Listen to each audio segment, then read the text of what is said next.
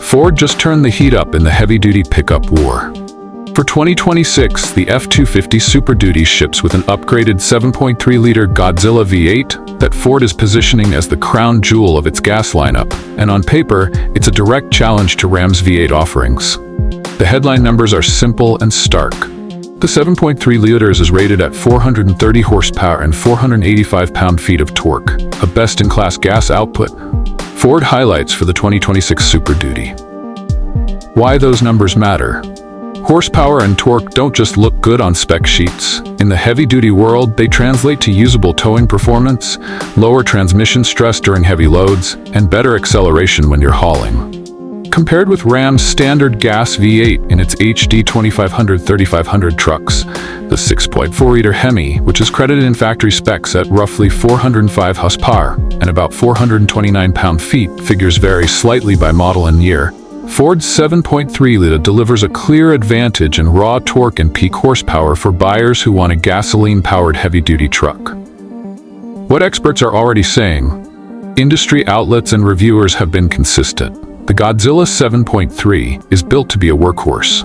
Publications that have tested and analyzed the Super Duty line point out that the 7.3's pushrod V8 architecture is simple, robust, and designed for heavy vocational use.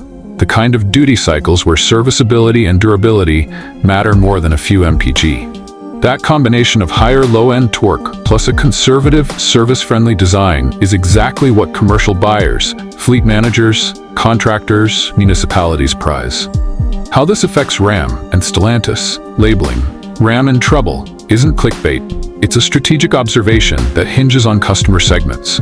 Ram's heavy hitters remain its Cummins diesel inline-six options, which deliver astronomical torque numbers. Ram advertises up to 1,075 pound-feet in its high-output diesel applications, so in raw towing capability for the heaviest work, the diesel-equipped Ram still holds the upper hand. But for buyers who prefer gas engines, whether due to lower upfront cost, different emissions, fuel logistics, or fleet rationales, Ford has closed the gap and then some. In short, Ram's diesel leadership is intact, but in the gas V8 category, Ford now owns the halo. Real-world impact: fleets, owner-operators, and daily drivers. From a fleet perspective, total cost of ownership (TCO) drives decisions. Gas engines typically have lower initial price and simpler maintenance protocols than diesels. No high-pressure common rail systems and fewer expensive emissions components. And this is attractive for many vocational fleets that cycle vehicles frequently. An expert fleet manager I spoke to, paraphrasing common fleet sentiment, said, "If you can get near diesel levels of usable torque from gas and save on acquisition and maintenance complexity, that's a compelling operating cost story." That's exactly where Ford is pitching the 7.3, gas performance that narrows the gap with diesel for many real-world jobs. See Ford's marketing materials and early reviews for the positioning.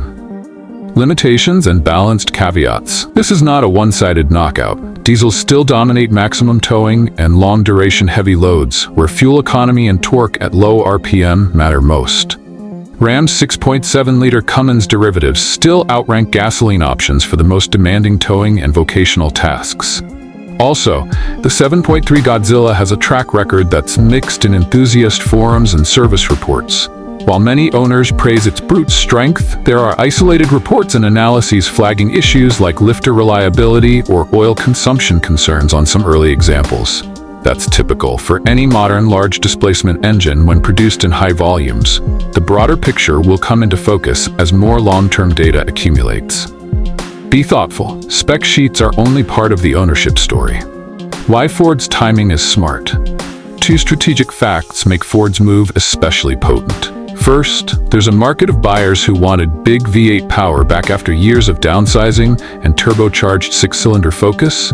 Ford is giving them a proper big-bore gas V8 with credible numbers. Second, supply chain and production realities mean that winning fleet contracts and retail sales now can lock in long lead time revenue that's hard for competitors to claw back quickly. For Ram to materially blunt Ford's momentum, Stellantis will need more than marketing. It needs either a competitive gas engine refresh, aggressive pricing, or to lean even harder on diesel and electrified HD solutions, all of which take time. Ram's recent moves to bring back HEMI fans show they understand the demand for V8 options.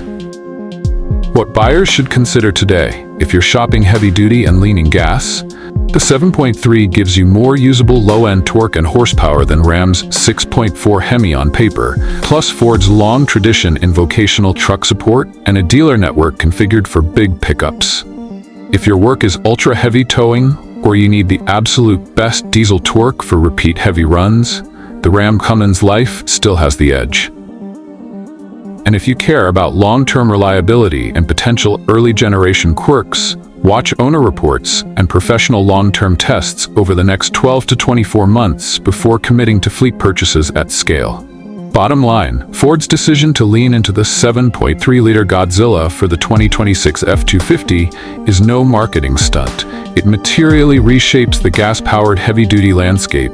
For buyers who want a gasoline HD truck that behaves like a truck should, with big torque, simpler service, and proven packaging, Ford now has an argument that's hard to dismiss. Ram isn't out of the game.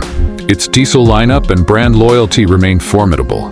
But on the gas V8 scoreboard, Ford just scored a major win. For Ram, that's a direct challenge. Respond with product, pricing, or capability, or risk ceding a meaningful slice of customers who prefer gas but don't want to sacrifice muscle.